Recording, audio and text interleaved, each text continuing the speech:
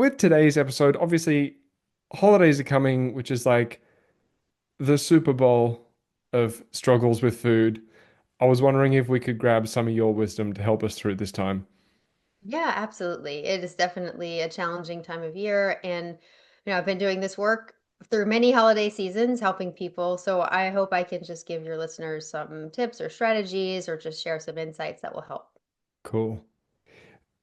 Do you mind if I ask, like, what did the holidays, what might a snapshot of what the holidays used to look like for you kind of be? Do you have any specific memories of the holiday season when you were still in it, like when you're still struggling?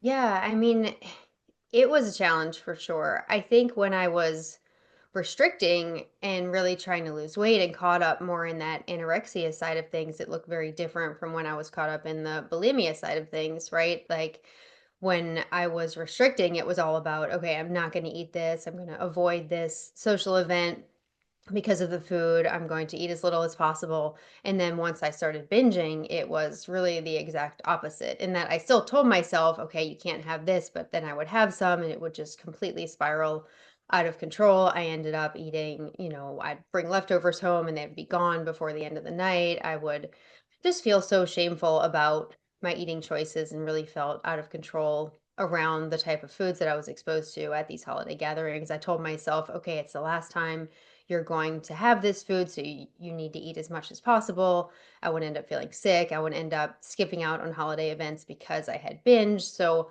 it was really just a lot of shame, a lot of physical issues just because of the foods and the amounts I was eating that was just making me physically sick, and just a lot of not enjoying the holidays because of the issues with food. Hmm. That feeling physically sick, I think that's my most clear memory about Mhm. the holidays. Like, of course, there was the shame and guilt and all the little deals that I would make with myself. Like, this coming year is going to be different in January. I'm going to sort this out. It's going to be amazing. I'm going to somehow find the world's best hack for this situation and et cetera, et cetera, et cetera. So, right now, let's just do this.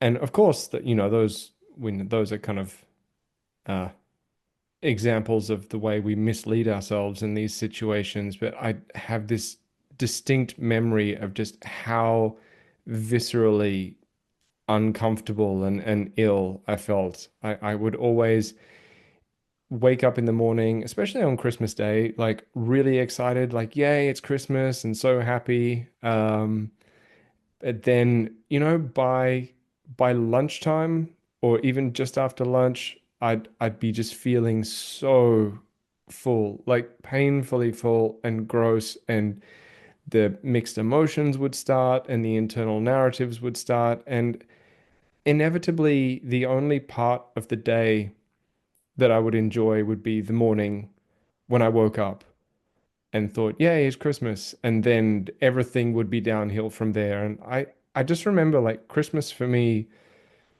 was always a really positive thing. Like I know the holidays can be really stressful for a lot of people, but my household growing up was kind of, we had our problems and everything like that. But funnily enough, Christmas Day was almost like this window of relief from the cyclone of bullshit that would usually be happening in my household. It's like Mhm. everyone was kind of on their best behavior and being nice to each other. And obviously, as a kid, that was like this oasis of, okay, everyone's being nice for a day. Like, this is amazing. So I have this kind of connection with Christmas Day and all these fond memories. And to realize or to experience, like, however many years of that day just being an absolute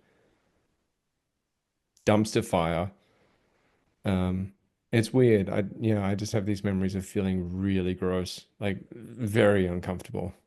Yeah, for sure. I would eat so much leading up to, let's say, when people would come over or when I would go to an event, that by the time I got to the event, I was so sick already. And then I would keep eating, like just, I guess, to look normal. But then also, I felt like the more I kept eating, the more I didn't have to think about what I had already eaten. And I know that people can probably relate to that. Mm, It's just you keep seeking that pleasure keeps seeking something, or you tell yourself, okay, it's the last time, so I need to get as much as possible. And then I would come home from the event and eat more, or eat leftovers, and just tell myself, okay, I'll stop eating at midnight. And then just by the time I get to midnight, I'm just so incredibly sick. And then you wake up the next day and, oh my gosh, what have I done? Not only do I feel awful, I completely missed out on any sort of fun or connection because all I was focused on was the food. Mm. Something you just mentioned there, like using or eating to kind of escape the discomfort or deal with the discomfort of having eaten too much. Like that is something that so many people talk about. I know I used to experience that myself. A bunch of clients experience that where we kind of, we make these food choices and then almost to try and manage the emotional distress or like the physical discomfort, we eat more to try and almost medicate that. Is that the experience that you were describing? Yeah, I think so. I think there's a lot of layers to it. I think it can stem from a place of restriction where you quote unquote mess up on your diet or your restrictive plan and you think, oh, I've failed, so I might as well keep going. So when you keep going, you almost don't have to face that feeling of failure anymore. It's just like you throw in the towel, you give up. So instead of dealing with that discomfort of the initial quote unquote failure, you just yeah, you just keep going. And I think it's really a lot of fixing that is about realizing that you didn't fail in the first place. Like if you eat something off your overly restrictive diet, you didn't fail, you just ate like a normal person, right? So really reframing that and realizing that imperfect eating is part of life, right? And when you don't think you've failed, it really takes care of a lot of that. Oh, well, I might as well keep going because you just realize I ate in an imperfect way and that's okay. So that's one part of it. And then, yeah, like once you start eating, there's really a lot of discomfort that needs to be faced once you've eaten a lot of food, right? Like once you've eaten to a point where you're so full, you really feel like you just did something harmful to yourself. There's a lot of shame that comes after that.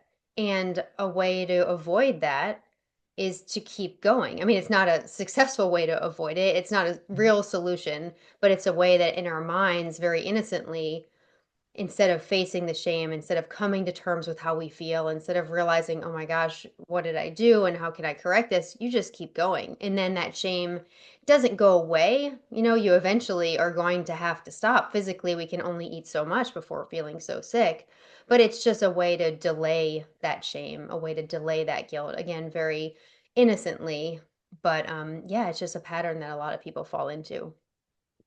I definitely fell into that one myself, almost feeling Hmm. like I know what's there waiting for me when I stop Hmm. eating. I know that when this is over, when I choose to stop or when I can't eat anymore, I'm going to have to face every brand of the most awful discomfort and self-flagellation and physical discomfort and all this kind of stuff. Yeah.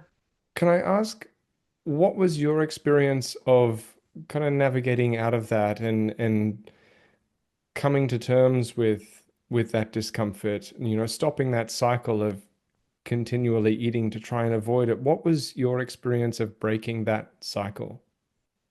Yeah, I mean, that's a great question for sure. I really learned how to reframe this desire to binge. As you know, in Brain Over Binge, I talk about the lower brain and really that primitive desire for pleasure. It's really that false pleasure that really ends up making us feel sick. But I realized that wasn't me. That was this primitive part of myself that was either aiming to save me from starvation, the prior restriction of the past, or it was aiming to maintain this habit. Like the brain thought I needed that reward. It thought I needed that those large amounts of food. So it was really looking at that and saying, okay, this is an automatic desire from my lower brain, but this doesn't have to do with what I actually want or what I actually need.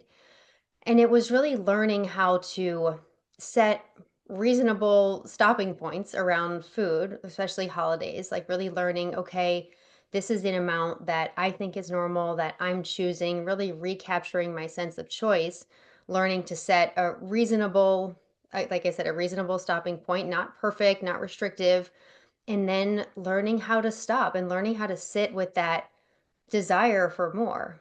And you don't have to pick a perfect stopping point, but any reasonable stopping point gives you an opportunity to experience those urges. And like I said, I reframed how I saw those urges, this desire to keep going, to avoid, you know, feeling like I ate too much or feeling like I ate the wrong thing. I realized, okay, that's just that primitive desire from my lower brain to keep me in that pleasure cycle, again, in air quotes, because it's not true pleasure.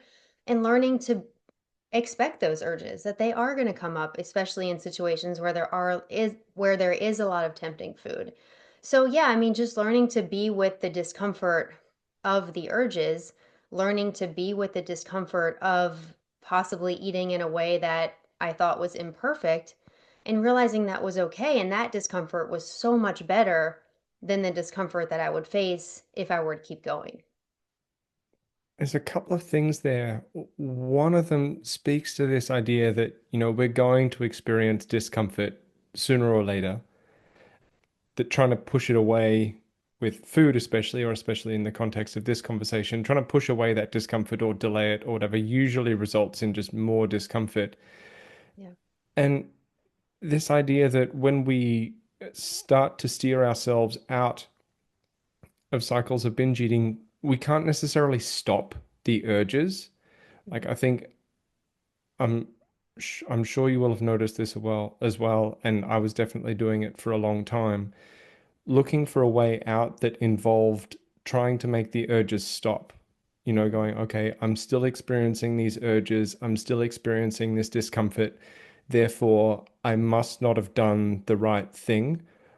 So the fact that I'm still experiencing this discomfort means that there's a piece of the puzzle missing. There's something that I don't know, that there's something that I'm not getting right. And a part of me felt almost, I kind of want to say let down, pissed off, whatever it might be, when I realized, like, oh, wow, okay, so there's a degree of discomfort that I'm just going to have to experience. And I'm wondering how you frame discomfort in your life now, because I know the way that I view and experience discomfort and distress has changed a lot since I was struggling with binge eating. Like, obviously, I still experience a lot of discomfort.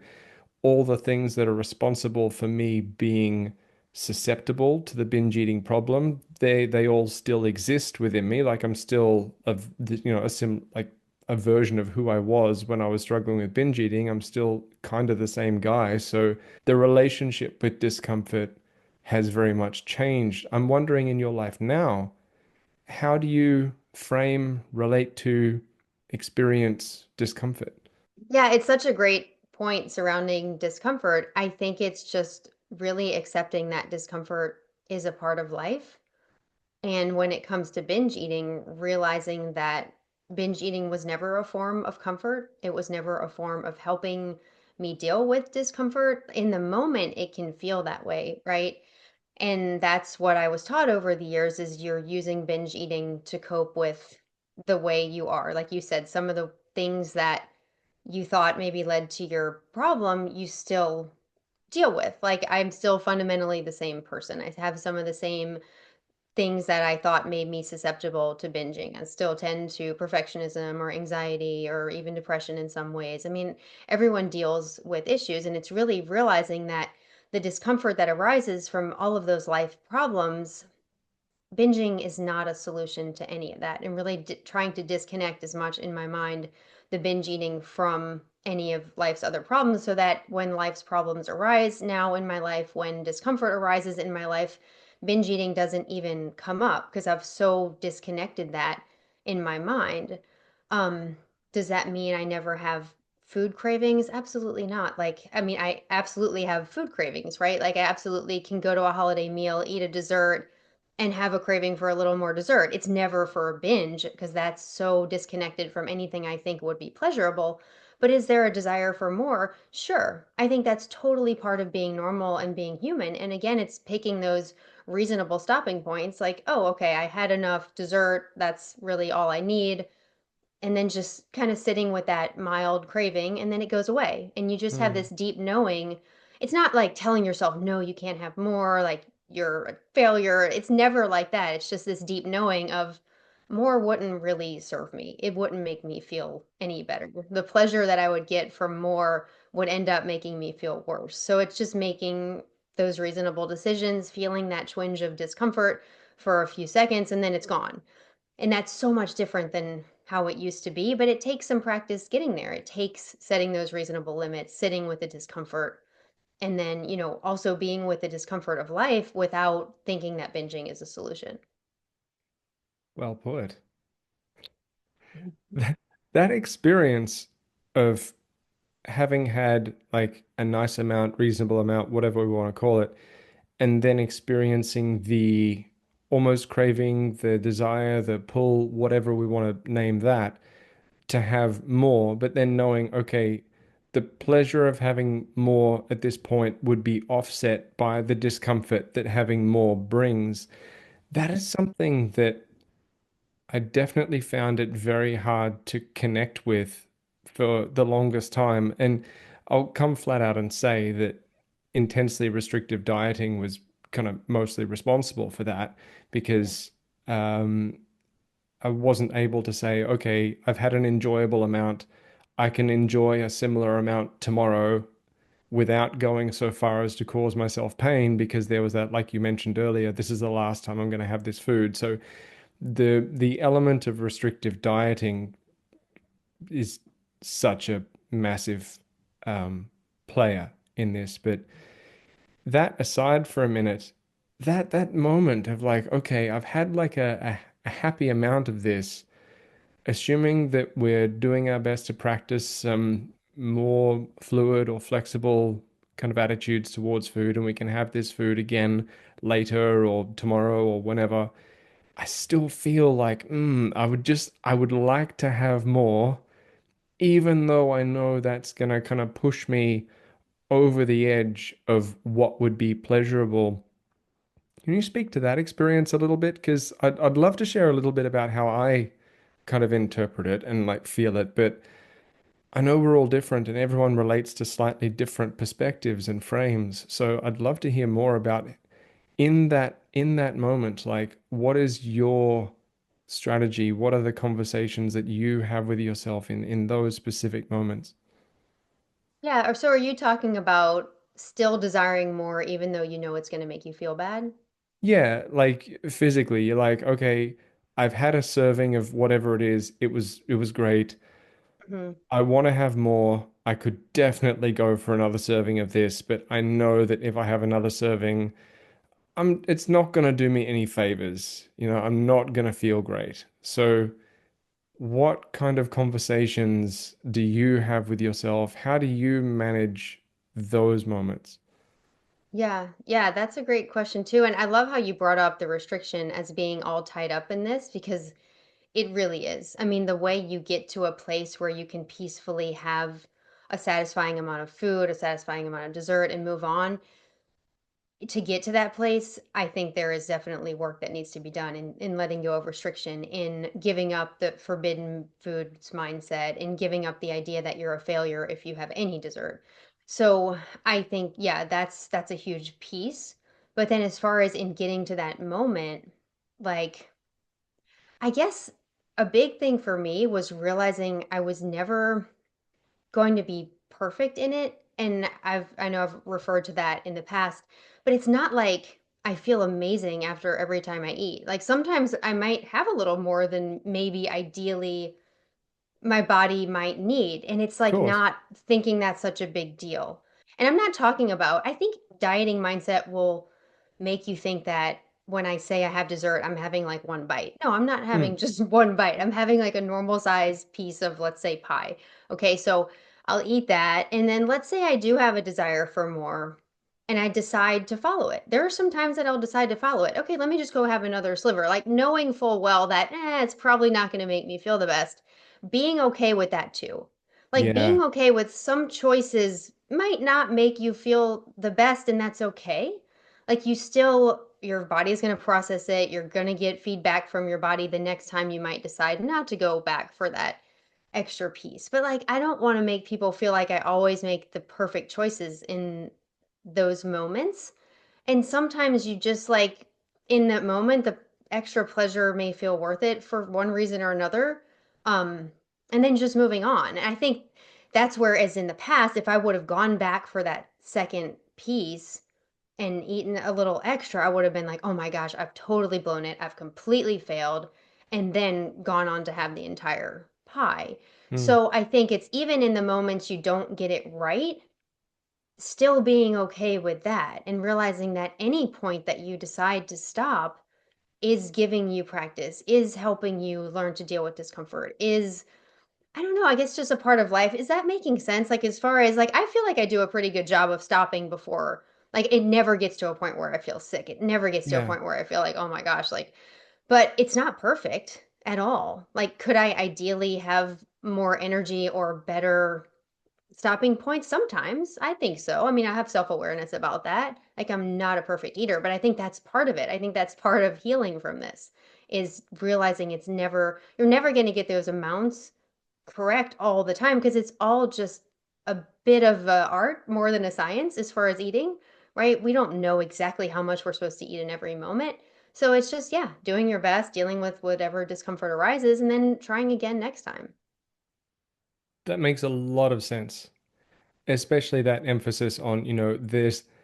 I wouldn't want anyone to think that in my case as well, like I'm consistent perfectly all the time with going, oh, well, Mhm. that's exactly the portion of dessert that I need for today. And Yeah. now I will continue through my evening and do my meditation and my, no, no, no.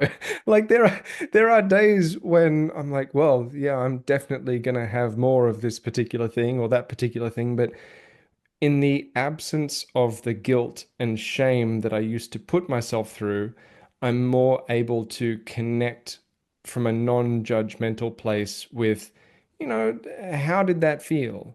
Am I stoked with that decision? Huh, maybe, maybe not. And in the absence of the guilt and shame and all that kind of collateral damage, if I can be with the more honest, visceral sense of how did that choice feel, like in my body, then it means that the next time that choice comes along, rather than being caught up in guilt and shame and internal narratives and push and pull and psychological distress, I can more honestly be with the very simple question of how am I signing up to feel? Is that what I want? Yes, no, maybe. Like the workshop that I was recently a part of in Thailand, like I overate in Thailand. Like, of course I did. There were all these new and different foods that my friends and the people I was working with wanted to show me and introduce me to. I couldn't go anywhere with these guys. I had such a wonderful team of people to work with. It was so much fun. I couldn't go anywhere with these guys without them saying, "Here, try this, that you wouldn't have had, whatever." And Yeah. I'm like, "Okay, yeah, cool. I'm gonna try this stuff." And yeah, I overate. There were times when I was in Thailand recently where I was like, "Yeah, I ate more than I needed." But in the absence of guilt and shame and really hard lines drawn in the sand about what is okay and what's not okay, that then becomes a moment where it's like, sometimes the tide comes in, sometimes the tide goes out. It's all this natural flow. And when it's allowed to be a non-judgmental flow, rather than be this rigid thing that we try to control through shame and guilt and all other kinds of awfulness, it all comes out in the wash sooner or later, Yeah. unless we try to interfere with it too much. Yeah. And when you make those choices that don't end up making you feel the best, it leads you naturally back to wanting to make choices that feel good. Mm. Whereas when I was stuck in binge eating, when I would make the choices that didn't make me feel the best, I would spiral into making even worse choices. And it's hard, like, I think the giving up dieting is a huge part of turning that around, because I remember when I was binge eating and I would hear things from the intuitive eating world that said, okay, your body will naturally lead you into choices that are going to be healthy and sustainable for you.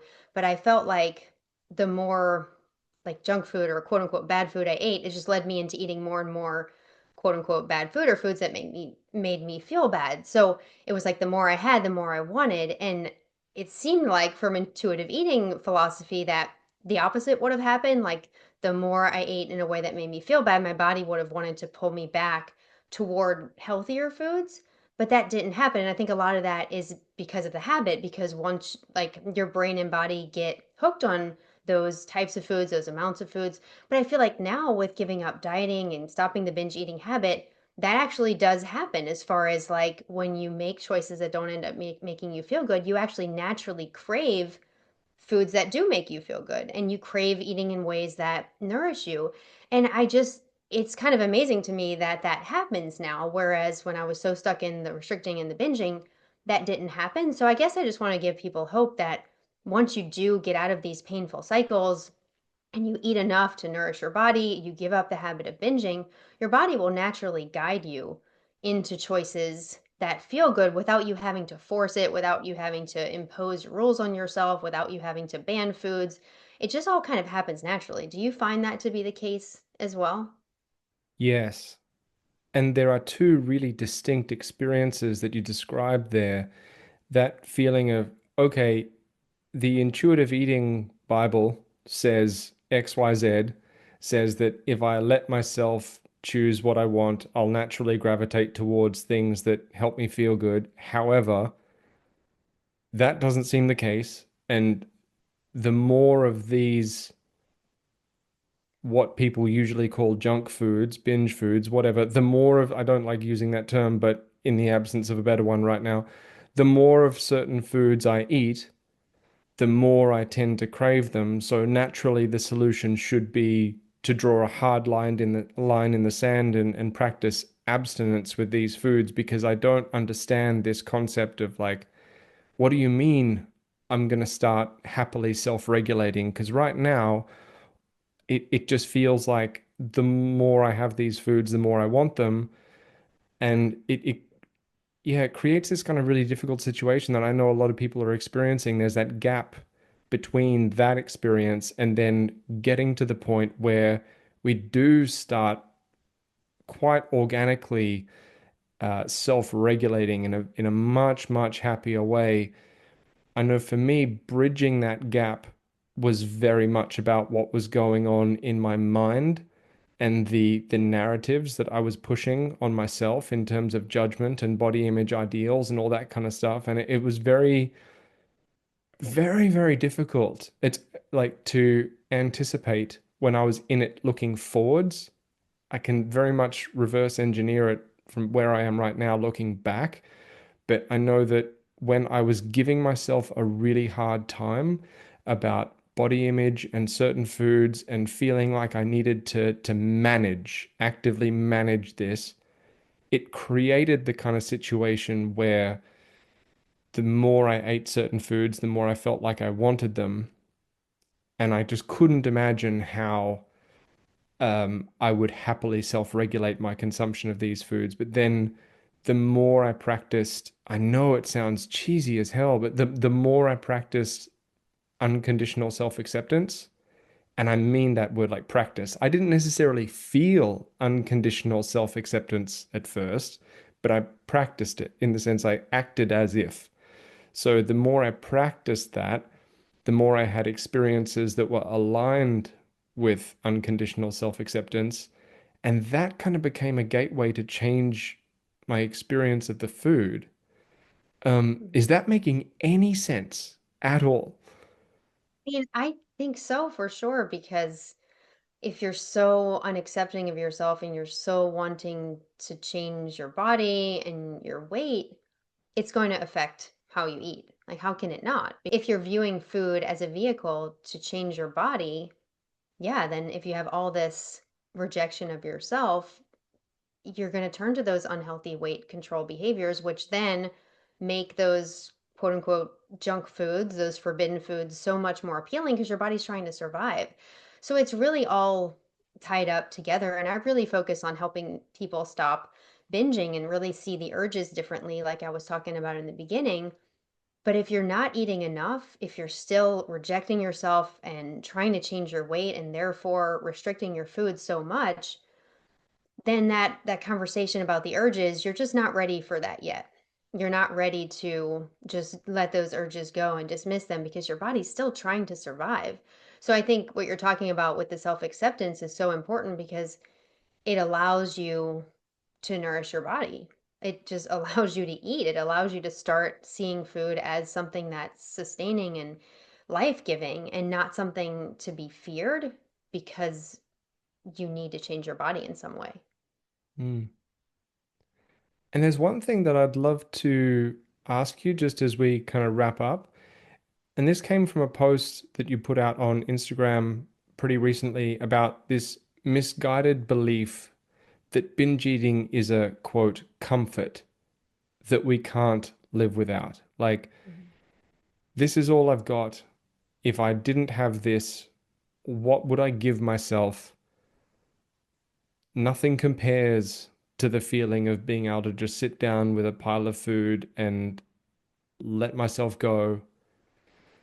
Can we speak to that for a moment?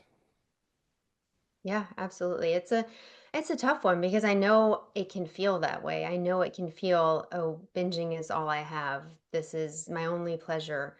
I think getting back to that survival response in your brain, if you have restricted and the binging has developed out of that food restriction, of course it's going to feel rewarding. It's your body's way of rewarding the behavior that's helping you survive. I mean, I always argue we don't need binge eating to survive. We need to eat in normal amounts consistently, but like that's the body's reaction to try to get you to eat as much as possible, to try to make eating feel as rewarding as possible. So when you're feeling that way and you do have a history of restriction, when you're feeling like binging is all you have and it's this huge reward, try to think of it from that evolutionary perspective. Like, oh, of course it feels that way. This is literally my body telling me that I'm starving, and it's really not that rewarding. It wouldn't be that rewarding if I wasn't starving. So try to see it that way. And then also, once you repeat this behavior a number of times, it does become so deeply habitual that it's like any substance that you get hooked on, right? Like your brain and body think you need it and it's going to keep pushing you toward it. And the more we can kind of see that, hey, this is just the motivational force of our brain. This is your brain telling you like this is something that you need to survive when you really, if you step back and look at it, what is it really getting me? Yes, there's this initial excitement in that moment when my brain is telling me this is what I need, but how is it making me feel after? We talked in the beginning so much about that guilt and shame and physical pain and effect on your life. And it's just kind of realizing that the idea that it's all you have and it's this comfort, it's realizing that that is kind of an illusion. And I hesitate saying that because I know the experience is not that. You don't feel like it's Mm. an illusion in that moment. But if you can just kind of take that leap of faith and realizing that and realize it's an illusion and you can get through those urges, you start to see, oh my gosh, that was actually never pleasurable. That was never something I needed. And it's everyone gets there in a different way. And I think what I meant in that Instagram post that you're referring to is a lot of times in different approaches and methodologies and therapy and things, they'll say, okay, you need to replace this comfort. You need to do another activity that's going to give you a reward, that's going to replace the reward of the binging. And what's so frustrating and what I went through for many years is nothing I ever did satisfied. Like my therapist would say, okay, go take a bubble bath when you want to binge, which felt absolutely ridiculous because my Yeah. brain is like screaming that that's all I need. And I basically am not going to survive if I don't eat massive amounts of food. I'm not going to go take a bubble bath. And even if I could make myself, it felt so frustrating and so unsatisfying. So it gets back to that acceptance like, hey, this is what my brain thinks I need right now. If I don't do it, there is going to be some discomfort. There is going to be some dissatisfaction in the moment.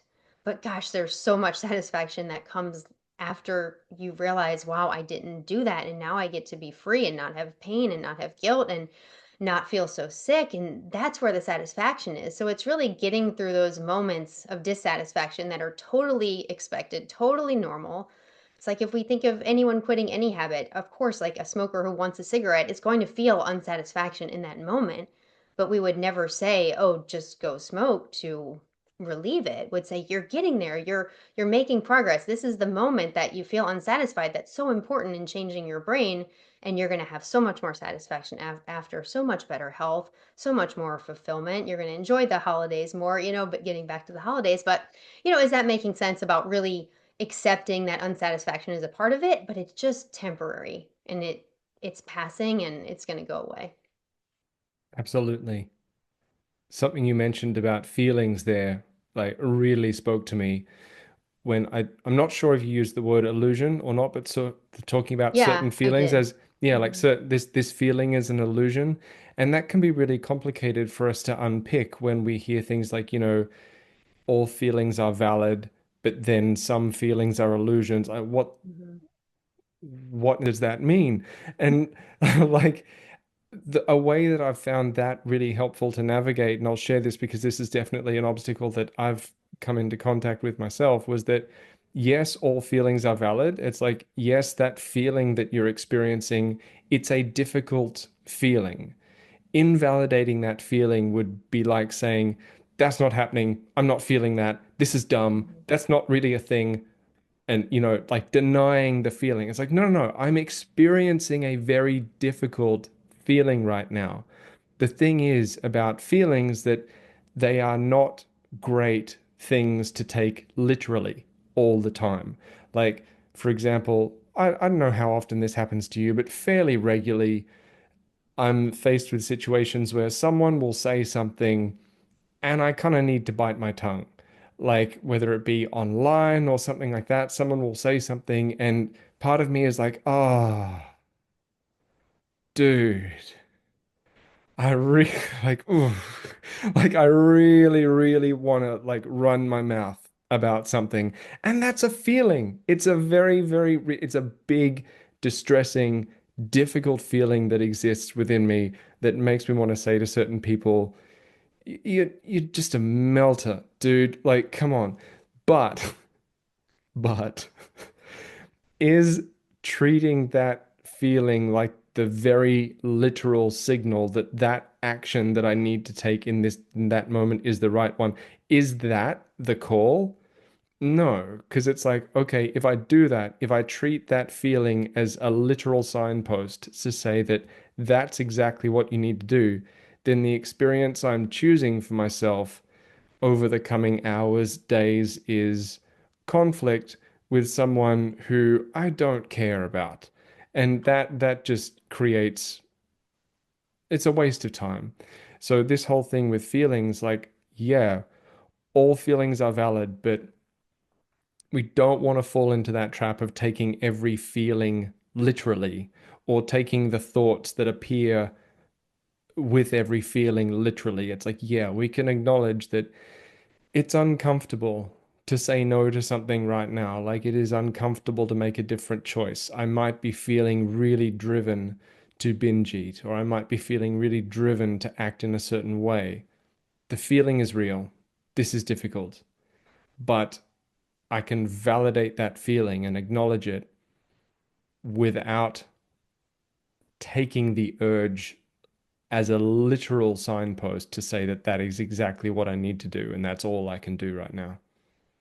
Yeah, I think that's so powerful. Like to, yeah, accept the feeling, understand it, acknowledge how difficult it may be for you, but then not let that indicate what you choose to do or not do. And that's really where your sense of choice comes in and where you can pause and really make a decision whether or not you think you should act on that feeling. I think that yeah, that's a big part of what caught me up for so many years is I thought that feeling indicated what I truly wanted and needed, and realizing that, okay, this feeling indicates the fact that my brain is conditioned a certain way at this point, and that may feel hard right now.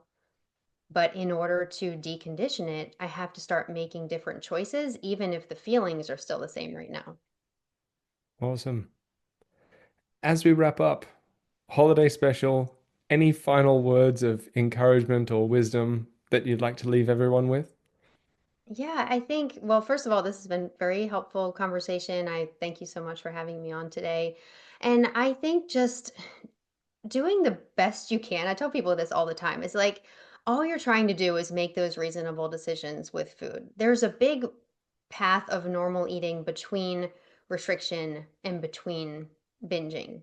And you're just trying to stay in that middle road. And I think it's really about in the holidays trying to dismiss those restriction thoughts and really trying to allow yourself to enjoy food and have reasonable amounts of it, nourishing amounts of it, and then dismissing also those truly major overindulging thoughts and those binge thoughts.